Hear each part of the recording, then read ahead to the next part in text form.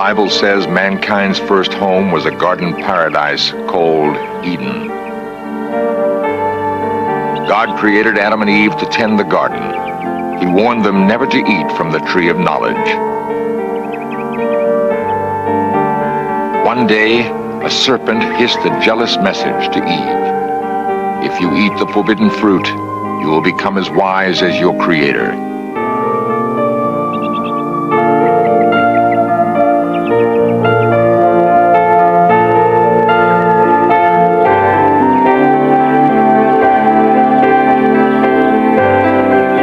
The first woman and man succumbed to temptation.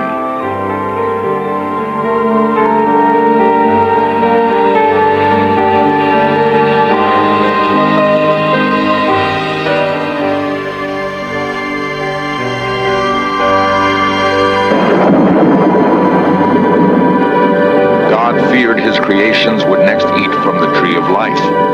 He cast Adam and Eve from the garden and gave mankind a legacy of earthly toil. There is another legacy, a longing to rediscover the place where it all began.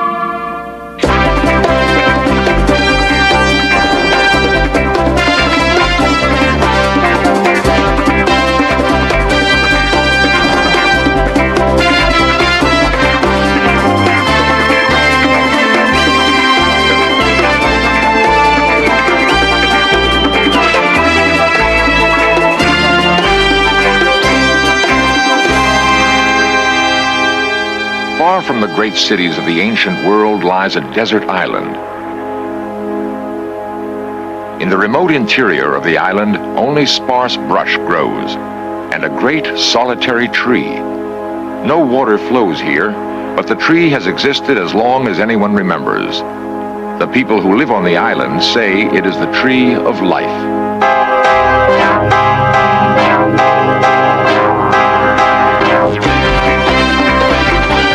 This series presents information based in part on theory and conjecture. The producer's purpose is to suggest some possible explanation, but not necessarily the only ones, to the mysteries we will examine.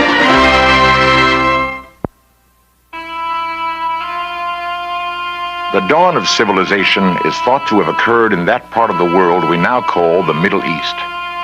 The Great Pyramids of Egypt have endured nearly 5,000 years. In the epic journey of mankind, however, they are relatively recent milestones. The builders of the pyramids grappled with the same question that puzzles modern men. Where did it all begin? One answer lies in the Judeo-Christian tradition of an earthly paradise that existed somewhere in the Middle East. Biblical scholars have devoted lifetimes to interpreting the section of Genesis which describes the location of Eden. A passage in the Old Testament states that Eden was watered by a stream which rose out of the garden and branched out into 4 rivers: the Tigris, Euphrates, Pishon, and Gihon. The Tigris and Euphrates are familiar enough. But what are the Pishon and Gihon? Where are they in the modern world? The great river of Egypt is the Nile, thought by some to be the Gihon of Genesis. There would be no city of Cairo without the Nile, only desert. To the ancients, the river was a god. All their great monuments and temples were built near its banks.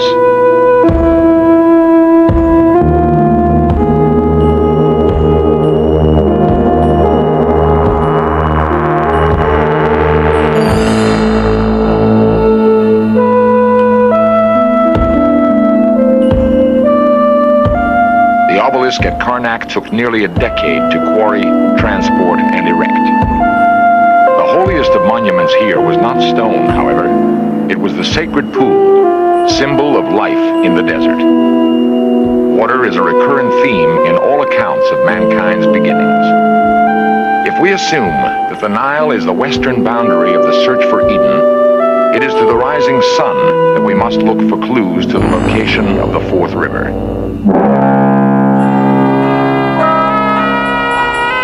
East of Karnak is the Red Sea, separating Africa from the Arabian Peninsula. Freighters and tankers have recently inundated these waters, but the coast of Arabia, is no stranger to commerce. Jeddah is the major seaport, bustling with the enormous wealth Arab oil has brought.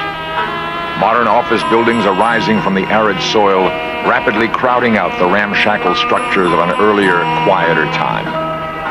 Jeddah is the Arabic word for grandmother, and although the city is the gateway to the holiest shrines of Islam, it has great significance to Christians and Jews as well.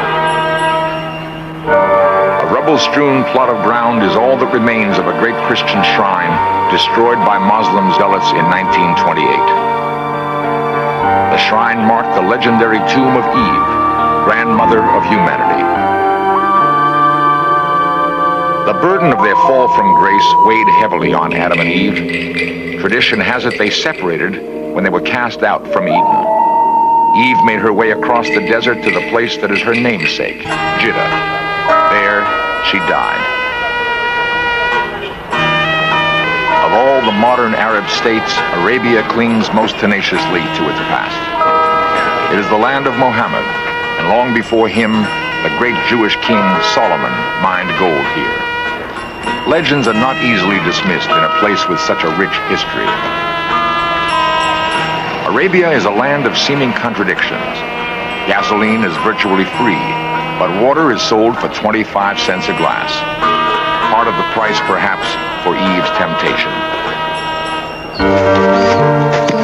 Men are taught that toil was the legacy of Adam and Eve's fall. The same tradition which says Eve wandered in the desert says Adam struggled in the Judean wilderness. In Judea, nomads still tend their flocks in the hills above the Dead Sea.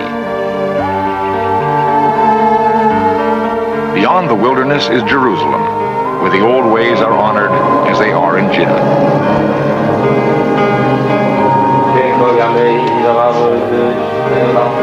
Pious Jews chant prayers at a wall built 2,000 years ago by Herod. Near this sacred and ancient place, Adam is said to have emerged from the wilderness. A beautiful mosque stands above Herod's wall. It is among the most sacred shrines of the Muslim faith. The delicate Arabic script inlaid in tile is from the Quran. It tells of Muhammad's struggle to return mankind to the purity Eden represents to all faiths. The great dome of the mosque vaults an ancient place with immense religious significance. On an ancient rock, Abraham is said to have offered to sacrifice his son. Muhammad is believed to have stepped from the rock into heaven. It is also the place, one tradition says, where Adam returned to die. The persistent question remains, where is the fourth river mentioned in Genesis? The traditional resting places of Adam and Eve are east of the Nile. East of Jeddah and Jerusalem are the Tigris and Euphrates rivers. In the second millennium before Christ, that part of the world watered by the two rivers was ruled by the Assyrians. They were searching for paradise too, and may have found it in the great gulf where the Tigris and Euphrates empty. I am Ashurbanipal, king of the Assyrians. My legions are the most powerful on earth. From Mesopotamia, we strike west into Egypt and south into the Gulf of Araby. There's great wealth in the Gulf, wealth to feed my armies. But there's more. Stories of a place called Dilmun.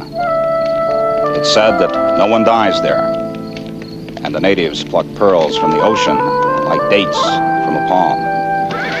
If there is such a place, it shall be mine. Into the Gulf, Ashurbanipal sent advance elements of his army. The scouts returned with incredible reports. It seemed there was a land called Dilmun. The inhabitants did pluck pearls from the ocean like dates from a palm. Flowers bloomed, scenting the air with their perfume. The date palms were heavy with fruit. Ashurbanipal's men had never seen such abundance. Everywhere there was greenery, lush and inviting. On a Dilmun seal, a tree flanked by two mysterious figures. The record of Ashurbanipal's expedition gives us one of the earliest indications that Adam and Eve's garden might have existed, might still exist. Thus, the key to finding Eden and the fourth river of Genesis may lie in finding Dilmun, somewhere in the Persian Gulf.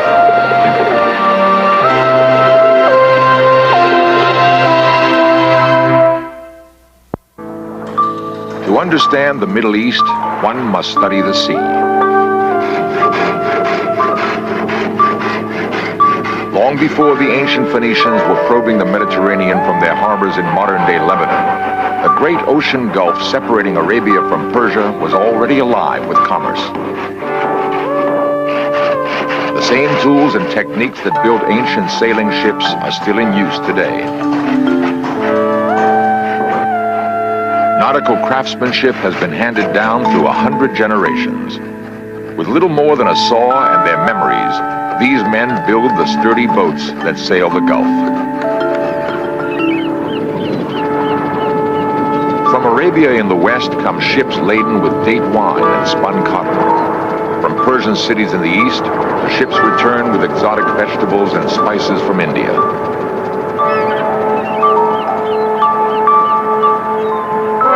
Many nations have claimed the Gulf as their own. One place has seen them all come and move on.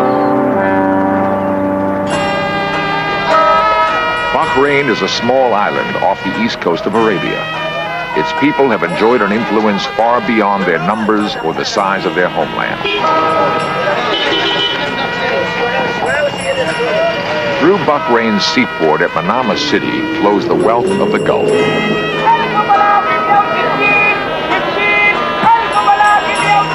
The islands have been independent only since 1971. Before that, Bahrain was a British protectorate. Before that, it was Persian. Before that, Portuguese. Many nations have ruled Bahrain, but she has always retained an exotic individuality. Perhaps nowhere else in the Arab world is there a stronger work ethic.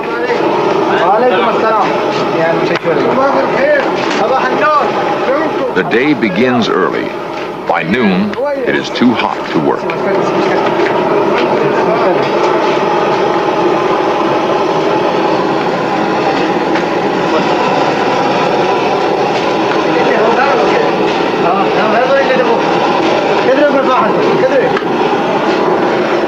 Breakfast may be fresh Arab bread. A bitter green coffee is ritually shared by merchants preparing for the day. By 5 a.m., the vegetable market is ready for business. Each vendor is a specialist, selling melon from Egypt, citrus from Lebanon, or lush homegrown produce. The merchants squat in the dust, ready to bargain. It has been this way for thousands of years. Bahrain has a resiliency that allows old and new to exist in harmony. A modern refinery turns Saudi Arabian oil into gasoline. The Bahrainis have little oil themselves. They do have the ability to exploit a good thing when they see it. By being invaluable to bigger, more powerful neighbors, Bahrain assures its unique place in the world.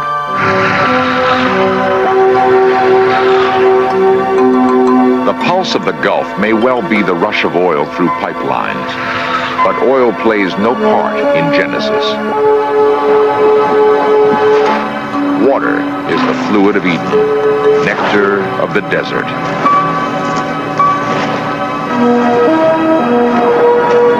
To keep decorative trees alive under Bahrain's brutal sun, they must be watered daily.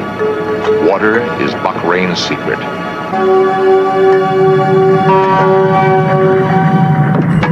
The potter's kiln is built into a huge rock mound that may tell much about Bahrain's special relationship with water.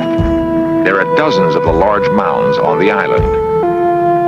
Archaeologist P.B. Cornwall was the first to recognize their significance. In 1940, he dug into one of the mounds and discovered that it was a tomb, probably a royal tomb. probably older than the Great Pyramid at Giza. 5,000 years older than the modern graveyard at its base. There are perhaps 50,000 smaller mounds on the island, most of them long since looted.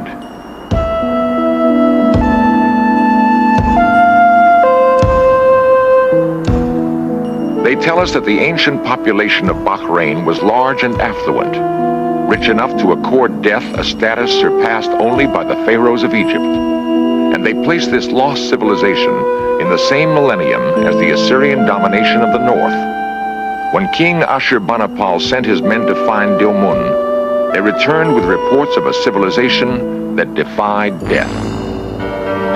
Near an oasis is the ghost of a much later military expedition. In the 16th century, the Portuguese invaded Bahrain and built a fort to protect their trade route to the Far East.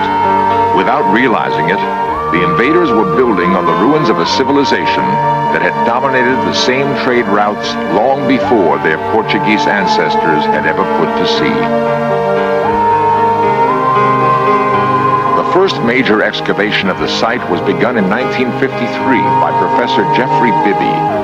It revealed a sophisticated dwelling, complete with what appears to be an altar. More intriguing was the discovery of a limestone basin, which probably held fresh water. The reservoir fed into a walled channel built 20 feet below the surface of the ground, clearly an advanced irrigation system.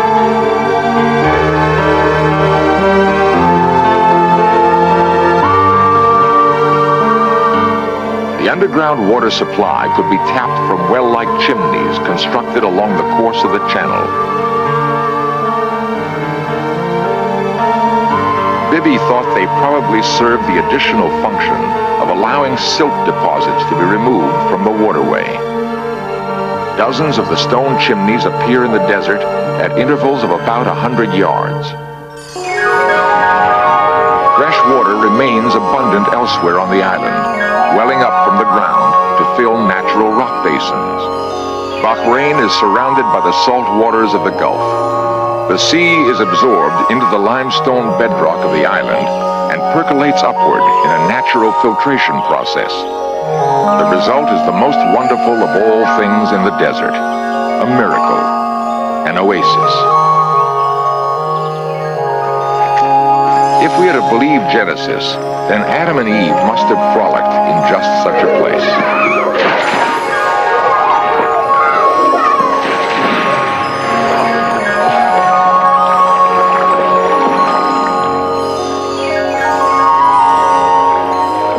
Perhaps we have found the fourth river, which the Bible says takes us to Eden. It may very well be the great river flowing beneath Bahrain. Where there is water in Bahrain, the desert explodes with life and color. If we take Genesis as a mixture of revelation and allegory, then it is likely the author had a real place in mind when he described Eden. You might have been familiar with the Sumerian legend of the semi-divine king named Gilgamesh. In search of immortality, Gilgamesh travels to the land of Dilmun. There, Gilgamesh learns that he must pursue the flower of immortality, which is found at the bottom of the sea. By eating the flower, Gilgamesh will become immortal. The story doesn't end happily.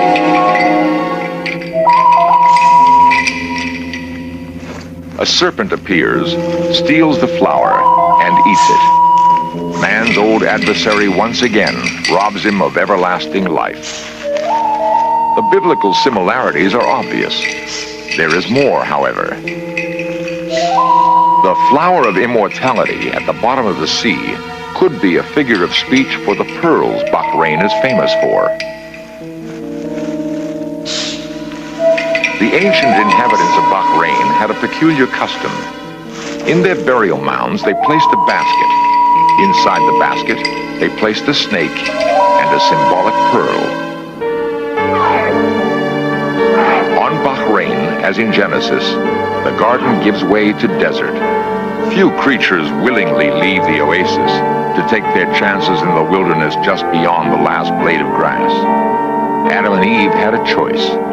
They chose knowledge instead of life and were cast out. Mankind's prospects seemed bleak as the interior of Bahrain. If there's a single lesson to be learned from the great faiths, however, perhaps it is hope. The tree of life may not be lost forever. In one last astonishing parallel to the biblical Eden, we find a great tree growing in the Bahrain waste. It seems to thrive where nothing else can. Its shade beckons across the sun-hazed desert floor.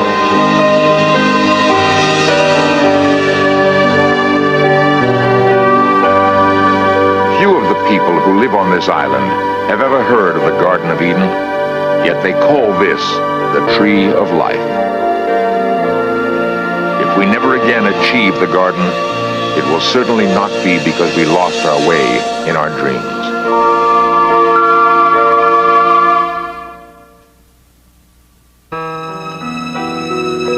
There is intense curiosity among a handful of scholars and scientists who know that the real story of Bahrain hasn't been told.